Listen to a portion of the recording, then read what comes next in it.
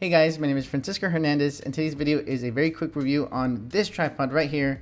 A very cool tripod called the 3Pod Everest T3 carbon fiber compact tripod. A very long name, but basically it's a high-end tripod that doesn't cost high-end prices. And it's actually part of Adorama's exclusive Everest series that include both this model, the T3, that's the one I'm going to go over in this video, but they also have a T5 model as well. There's going to be two ball heads that you can buy for the Everest series tripods. This is the bigger and beefier H4, which can handle a little bit more weight, but of course is a little bit bigger, so it's just your preference if you want this one, or if you want this smaller guy, which is the H2, which is the one that I'm going to be going over in this video with the T3 tripod. Before I continue, I do want to let you know that this video is sponsored by Adorama. Adorama is an industry-leading retailer that has been serving photography, videography, and audio customers for almost 50 years now. Their motto is everyone is a creator, and they do their best to unleash that creator within us all by providing us with the tools and expertise necessary to get the job done. I personally shop at Adorama for both the great deals on products I use and recommend, but also the great customer service on those products as well. If you find yourself interested in any product that I talk about in today's video, check out the links that are going to be in the description area below and be sure to use those links if you decide to order. When it comes to the height of this tripod, when it's folded down like this, it's about 19.7 inches. And then when you extend all the legs to their maximum length, it's going to be 4.5 feet. But that's not with the center column extended as well. Right here in the middle, you have a center column. And when you extend that, you gain an additional foot. So the maximum height then becomes from 4.5 feet to 5.5 feet. When it comes to the weight of this tripod, it's only 3.2 pounds. It's not too heavy at all. And it's very, very strong because it's made out of this high grade 10 times carbon fiber material.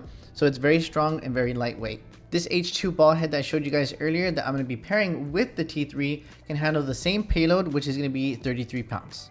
On the bottom of the H2 ball head is going to be a 3/8 screw receiver, which pairs nicely with the top of the T3 because it actually does have a 3/8 screw. But I wanted to mention this specifically because it's very interesting in that this tripod, not only does it have a 3/8 screw on top, but it is actually secretly also a 1/4 screw in case you ever want to attach anything to the top of the tripod that uses a 1/4 screw. And speaking of 1/4 and 3/8 threads, this tripod actually has a 1/4 thread right here that you can insert any sort of advanced accessories that you might want to attach to the tripod. So that was the 1/4. And then you have the 3/8 right here. Obviously you can tell because it's bigger. So in case you guys want to do any sort of fancy video, then you can attach different accessories to this tripod. This T3 tripod, as well as the T5, use the very popular Arca-Swiss style quick release plate that you guys can see here on the top. And to add or remove it, you just have to flip this lever lock right here. I'll show you guys really quickly how easy that is.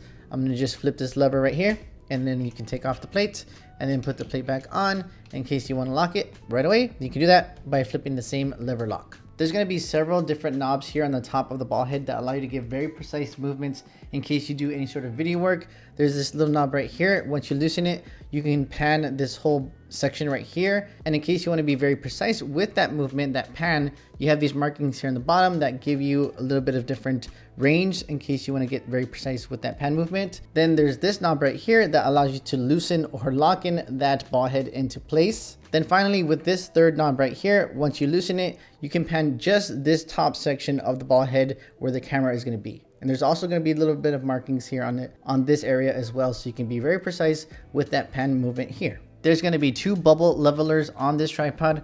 This one right here is going to be the normal one in case you want to mount it, normally. But there's also another bubble leveler here on the side. Let's see if you can see it. Right here on the side is going to be one that in case you want to position the tripod or your camera, actually, the ball head vertically, then you can adjust that level with that bubble leveler right there. The T3 and T5 offer the patented magnetic leg lock design, which is going to be this guy right here. I'm going to pull it, and then once I pull it, I can then adjust the angle of the leg to the steepest angle, which is going to be 83 degrees. And you can notice that it did snap into place. It's now at its 83-degree position. But then once I move the leg lower, it's going to snap into place into that second level, which is going to be 55 degrees. And then if I wanted to bring it back to the normal degree of the leg, that's going to be 23 degrees. Then it'll just snap into place to give it to that position. And it's very easy to just adjust the leg angle with this patented magnetic leg lock design. In case you were watching me right now a second ago, have this leg at 83 degrees and you're thinking, okay, well, if I have all the legs like this, won't this center column be in the way? And I'm glad you asked that because it would actually be in the way if this center column wasn't removable, but it actually is removable.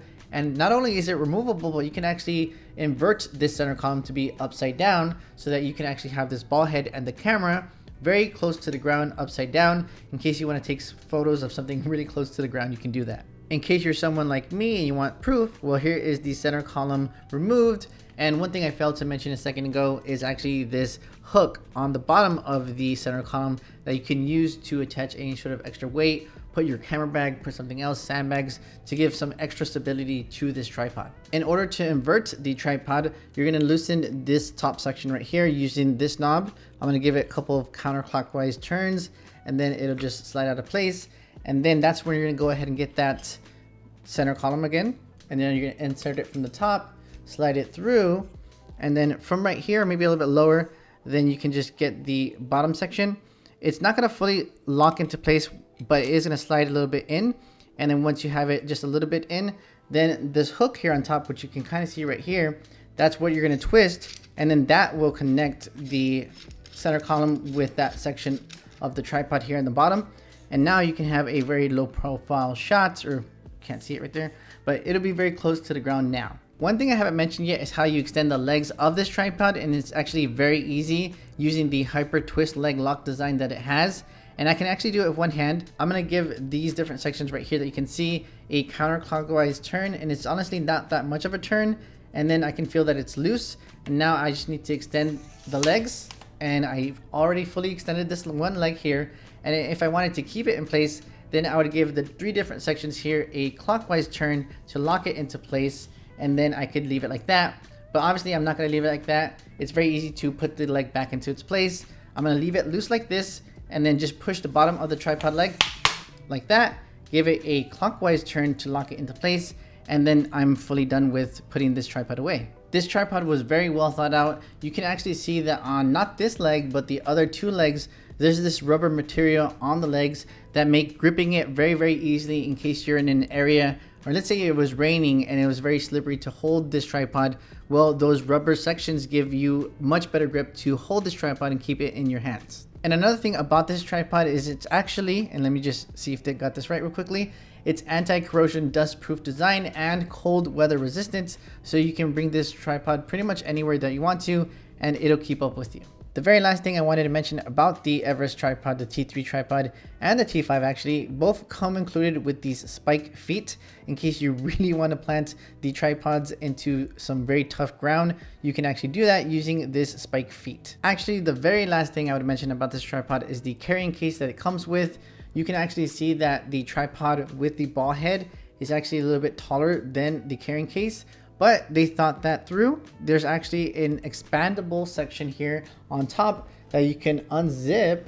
And then once you unzip it, then the carrying case also extends a little bit so that you can actually keep the ball head on the tripod with this carrying case in case that's something that you want to do, or in case you want to carry the ball head separately in its own little bag that comes with the ball head, then you can do that. If you want to keep them separate, you can do that. If you want them together, then you can do that with this expandable carrying case. And that's pretty much it for this review. I hope you guys enjoyed it. I honestly really do enjoy this tripod. I'm not just saying it for the sake of this review.